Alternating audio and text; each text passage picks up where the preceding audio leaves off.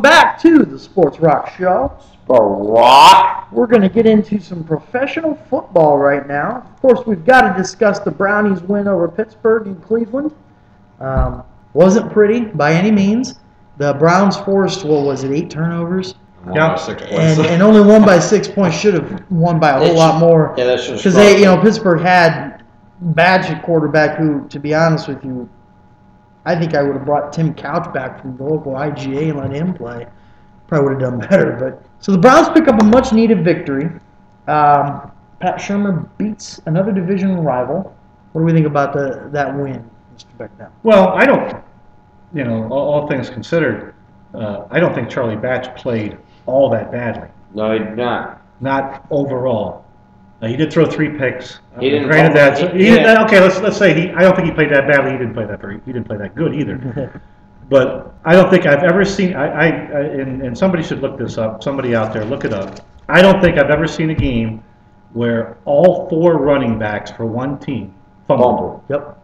Absolutely. I don't think I've ever seen that. You've got to credit the Browns defense a lot. I mean, the second time Mendenhall fumbled, he popped up and he was headed to the sideline. He knew. Because he knew. But I don't think I've ever seen a game where the starting tailback fumbles. He goes out, the backup comes in, he fumbles, the third string comes in, he fumbles, then they bring in Rainey, their 4th string, and he fumbles. And then they go back to Mendenhall and he fumbles again. Here's an interesting stat for you. The last time Pittsburgh had 8 turnovers, okay, they lost to Cleveland 51-0, which just so happens to be the largest victory margin in the history of the rivalry. So, and Pittsburgh, I think, beat Cleveland 45-0 or 48-0 on opening night.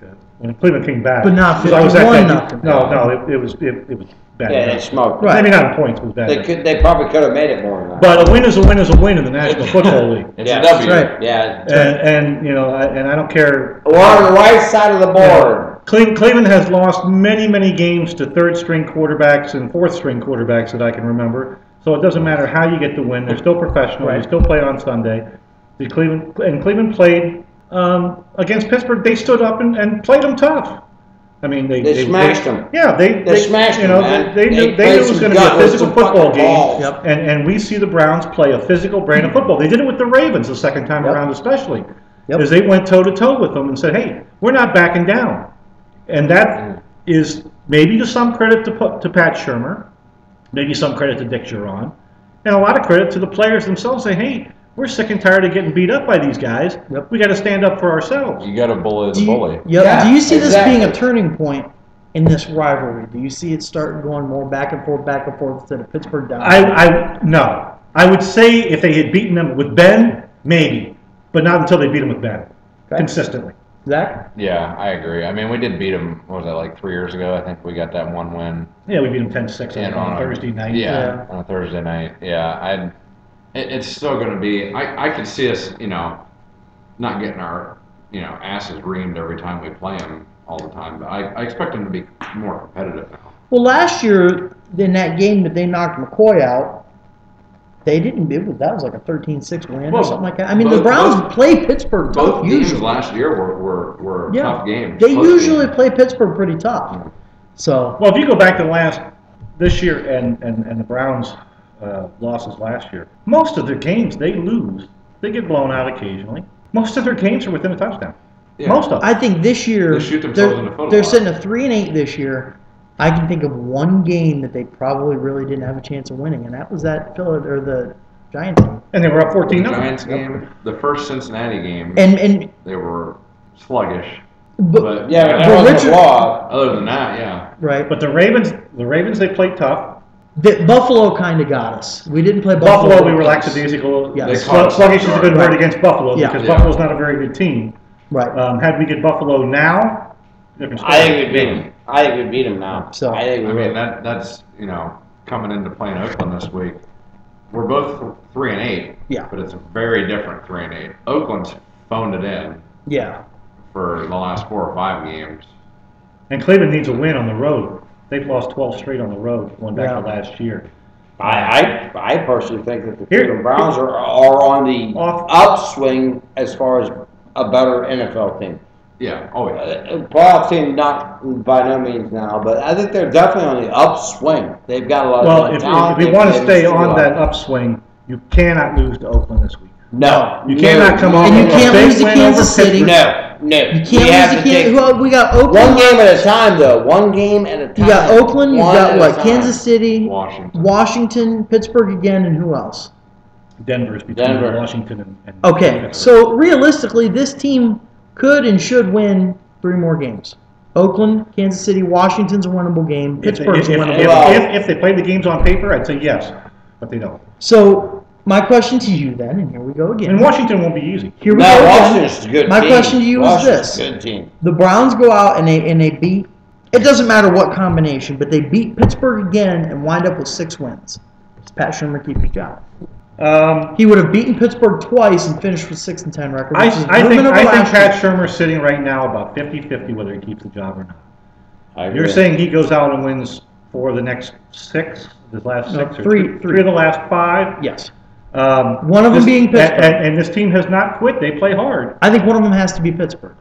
I'm not necessarily sure it has to be Pittsburgh. You're going to play Pittsburgh on the last game of the year, and that may very well. Now, if you beat Pittsburgh when they have to have it, and that last game of the year, they may have to have it. Pat Shermer may have to have it too.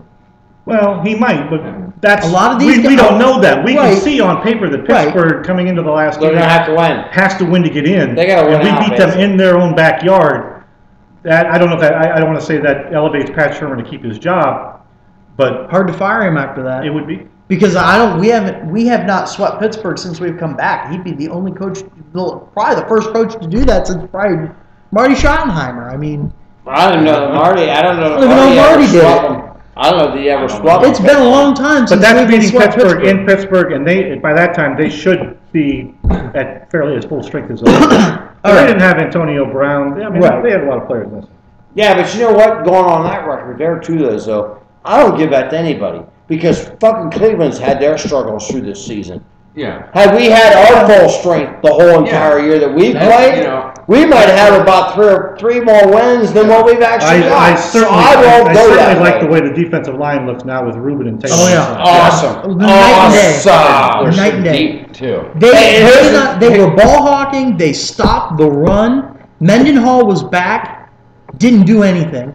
I mean, they didn't get the batch as much as they've gotten to quarterbacks in the past, but they shut down that run. Here's another key thing too, as far as Cleveland now with the way they were earlier in the year, the way they are now on the offensive side of the ball is our receivers finally are starting to understand something. Catch the motherfucking ball you're playing, you make gains. Oh yeah. They have done a lot better at that. Yeah. A lot better Yes, at that. I I'll give them agree. credit for He's that. in a 1-5, starts Yes, catching balls. yes, Yes, he is. yes, and Yeah.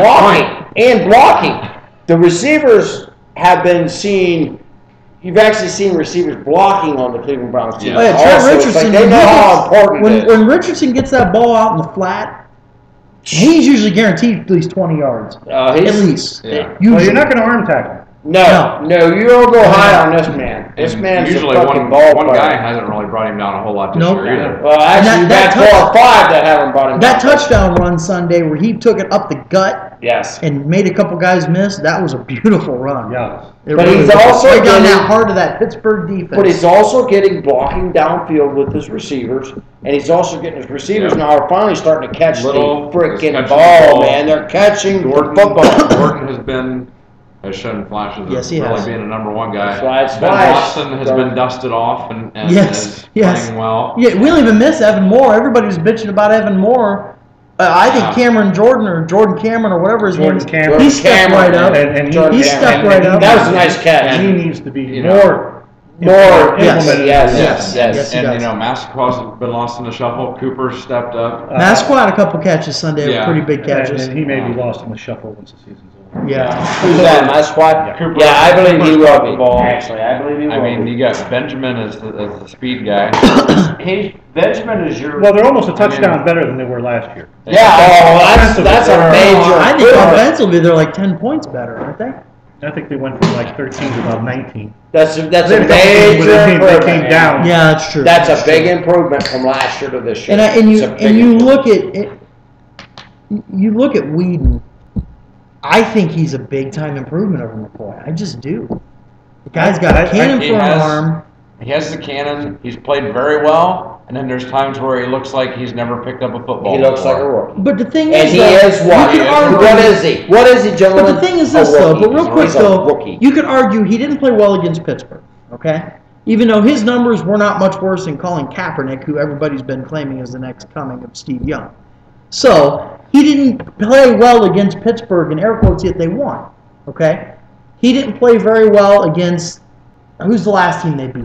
San Diego. San Diego. Didn't play well against San Diego, but played well enough for them to win. He played well enough for them to beat Dallas. Yeah. Yeah. Well, yeah, absolutely. I mean, He had Well, he took them down for the go-ahead touchdown with 1:07 left.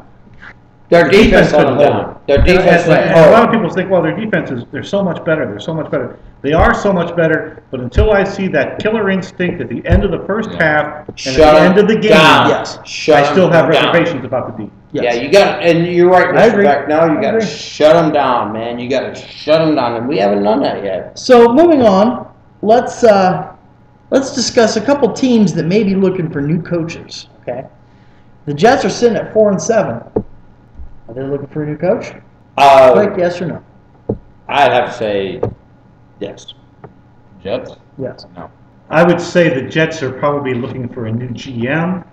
I'm not sure about a new coach. I think that Rex Ryan has underperformed a whole lot in New York, much like another coach and another team we're going to talk about soon. And I think they will be looking for a new coach. Moving on to the Bills, 4-7 after that hot start last year. They faltered. This year, never had the hot start. What about that, Zach? I think they are. I mean, what's Chan Gailey really ever done to impress people? Ever. Yeah, yes. Yeah. Okay. I think the Bills are going to be looking for a new coach. I think they will as well. I'm putting my hat in the ring. Call That's a yes. Or you or Jim Kelly. Oh, wow. Jacksonville's sitting at Maybe Chip 2-9. Blaine Gabbert has not progressed like they thought he would. They're looking for a new coach. Well, I think their coach, Malarkey, I think it might be his first year there now. But that doesn't mean that they have a new owner, and the new owner may have gone status quo with what they have. He may be looking to shake things up. There could be a guy that may look at a Chip Kelly. So with him only having his first year, I'd say it's borderline. But the record is what the record is, and it ain't good. So I'd say yeah, probably. I think Jacksonville will probably hold on to Malarkey another year. I agree. They may. Agree? Yeah, I do agree with that. Okay, moving on, Kansas City. Okay, Romeo. 1-10. I think that'll be unanimous. Yeah, they're looking for a new They need coach. to get rid of all the past remnants of Cleveland Browns influence there. Yeah, Yeah, they didn't work in Cleveland. Why would they work in Brady Kansas Quinn, City? Peyton Hillis, Romeo Cornell. All Yeah. of And, these. and I'll go one better. Offensive coordinator Brian Daboll. Yes, that's another Cleveland And connection. please, if there's any general managers that listen to this program, I beg of you, do not hire this man. He has been hired and fired as an offensive coordinator at Cleveland.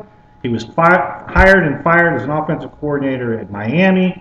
He's hired and should be fired as an offensive coordinator at Kansas City. Please, don't hire this guy. The plead's out. He's pleading. The plead is out, man. Don't.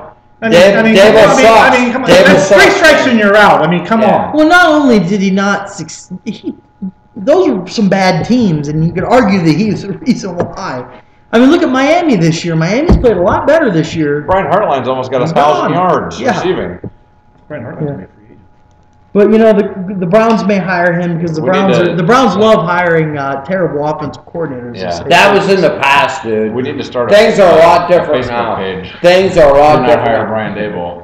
The Cleveland Browns I are on their way just up. can't see how any NFL team would hire the guy as an OC. I just Right. don't get it. Well, but I didn't think Bruce Arians was all that fantastic in Cleveland. He went on to do very well in Pittsburgh, and he's got the Colts playing very well as an interim coach, He does. head coach. My so- only question of the Colts is how long can they continue? Their schedule is not the strongest. They do have the Texans coming up twice at the end of the season. They got them 2 more times. How long you can play on the emotions of Right. Chuck Pagano? Yeah. He might be back. You can do it all season. He's in remission. I'm a firm believer that something like that could spark a team, especially when they do have good players in place. Good players. Well, time out. Quarterback. You look at Indianapolis top to bottom, and to be honest with you, I don't see a lot more talent than what Cleveland's got. Well, besides Andrew Luck. I think what you saw in Indianapolis play New England was shellacked. Yeah, I'd argue that's Cleveland has more talent. I would argue that as well. Their defense is much more stout, I would think. Well, that's what concerns me when you get down to people looking for head coaches. What worries me is you look at Indianapolis and how well they've played this year. Mm-hmm. You look at some of these other teams that have 4, 5, 6 wins. Miami, with Greg Schiano, Washington, what he's done. Excellent. With some of the Greg Schiano, what he's done at Tampa Bay, Philbin, what they've done, Philbin in his first, yep. and what Pat Shurmur has done with his team. That if you look at talent from top to bottom, Cleveland got more talent than Miami. Do they have more talent than Tampa Bay? Do they have more talent than Indianapolis? But yet they've only won 3 games. And you look at Philbin. So that's where I gauge Pat Shurmur. You look at Miami with Philbin, who you could probably give some credit to for Aaron Rodgers' progression into the best quarterback in the NFL. Look what he's doing with Ryan Tannehill. Ryan Tannehill has had a much better season than I think anybody anticipated. They're sitting at, they're probably 4-7, aren't they? Oh, they've got better record now. They're 5-6. 5-6? And he's a rookie coach, rookie quarterback, playing much better than Cleveland. You know, you look at Brandon Weeden, and I'm not saying that I think that Brandon Weeden, as far as talent goes, is probably right there with Ryan Tannehill. Ryan Tannehill looks like he's got a little bit of a leg up. That's coach. Builds confidence. The problem with the Browns. There you go. The problem with the Browns is you see these other teams develop players into somebody. The Browns don't do that, and that's coaching. First of all, most importantly, Zach made a good point. Winning builds confidence. Yes, it does. The thing is, does Miami play in a conference that's near as fucking good as what Cleveland plays in?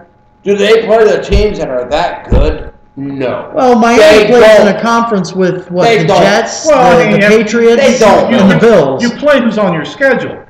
So when you look at the schedule in August, you look at it and you're like, well, we could beat these guys. We've done this, and we've done this. And you think, well, Cleveland can win 8 or 9 games. Yeah, we've done this. And you win 3. Yeah, we've done this. And then you look at Indianapolis or you look at Miami and you say, they're not going to win 2. 3 if they're lucky, and they've got 6. Yes. 7 in Indianapolis' case. You look at that schedule in August, and that's where I gauge Shurmur. Is like some of these teams are progressing faster than what Cleveland is, and I wonder why that is. I understand that. With teams that, to be honest with you, in my opinion, don't have much more talent, if any more at all. But where does stability come from? Where does stability in a team? Any team, no matter what team you're looking at, where does it come from? Starts at the top. Okay, well, we've already had a major fucking shake-up this year when that's concerned. But if you continue to roll over general managers, vice presidents, coaches, where are you going to be? Where are you going to be? You continue to roll that stuff over. Exactly, right where we're at. So it will come a time, and this is not a pro-Pat Shurmur by no means. What I'm just saying is, you have to come to a point where it's like, okay, this has got to work. Let it give a little time to make it work and hope it does. Get the right people in place, which I am a firm believer. This is just with the Cleveland organization, but I've seen it happen with New England, Pittsburgh, Baltimore, New York Giants. Yeah. You keep people in place. You keep people in place. You let them run their course. See, that's if they can't. No, wait a minute. You've been down for so long. Give them an opportunity to make a difference. That's all fine and dandy if you have the right people in place. If you have the wrong people in place, it doesn't matter how long you give them. And I'm sorry, but ownership, general manager, team president, they're not the ones out there not getting the play calls on time because they can't listen to their offensive coordinator. They're not the ones out there blowing clock management, running the ball with 2 minutes left when you're down by a touchdown in the half. I understand that. They're not the ones out there doing it. I understand. Run a fade route on a 4th and 1. I understand that. You find a successful or a screen pass on 3rd and 20. You find a successful coach a championship caliber coach, and he's tied with a championship caliber quarterback. And with that, we will move on to our next segment of Sports Rock. Rock.